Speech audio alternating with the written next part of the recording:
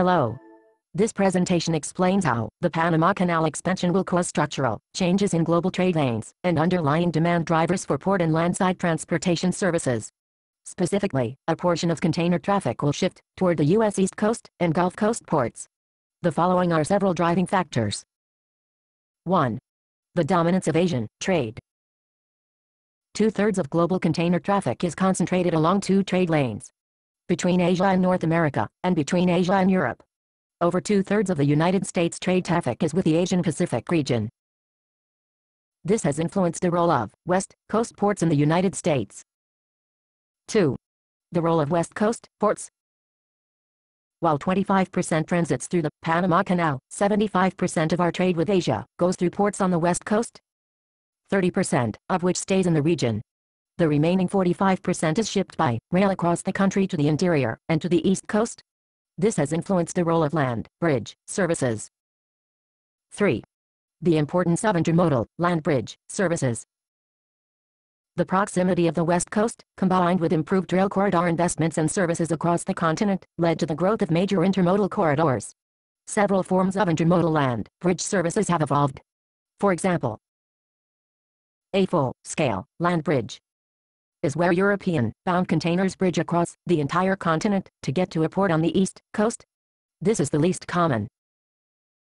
A more common example is a mini land bridge, where container traffic bound for an East Coast destination is shipped across the entire continent. Another common example is a micro version of the land bridge.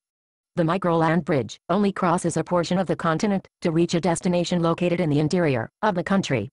These land bridge services may be impacted by the widening of the Panama Canal. 4. The widening of the Panama Canal. The Panama Canal is being widened to allow longer and wider ships. This project will be completed in 2014 and will have a significant impact on East Coast trade. Why? As stated before, 25% of Asian trade with the United States passes through the Panama Canal. In fact, 2/3 of container trade through the canal is related to the East and Gulf Coasts, most of which is Asian trade. The Panama Canal project will significantly impact the routing of trade between Asia and the United States. It will influence the growth of all water services. 5. The rise of all water services. The expansion of the Panama Canal will improve the economics of all water services to the East and Gulf Coasts of the United States. In October 2010, the U.S. Department of Transportation's Research and Innovative Technology Administration, RITA, reported that Atlantic coast seaports are making investments to prepare for an expected increase in cargo generated by the expansion of the Panama Canal. These ports will need to invest in reverse land bridge technologies and services. 6. The need for reverse land bridge innovations. Given the fact that East and Gulf Coast ports are largely truck-oriented, reverse land bridge services to the mid-country interior markets have only been viable on a limited basis to date. The reason is due to the relatively short hauls needed to reach markets from East and Gulf Coast ports. However, technology and operational innovations in existing barge and rail services could significantly improve the viability of reverse land bridge services. In conclusion, Asia dominates United States trade. West Coast ports provide a key gateway. Rail corridors bridge trade across the country.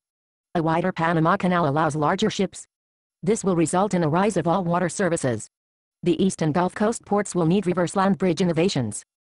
3GI offers a tangible set of emerging technologies. Look out for our other presentations on how this will work. Thank you.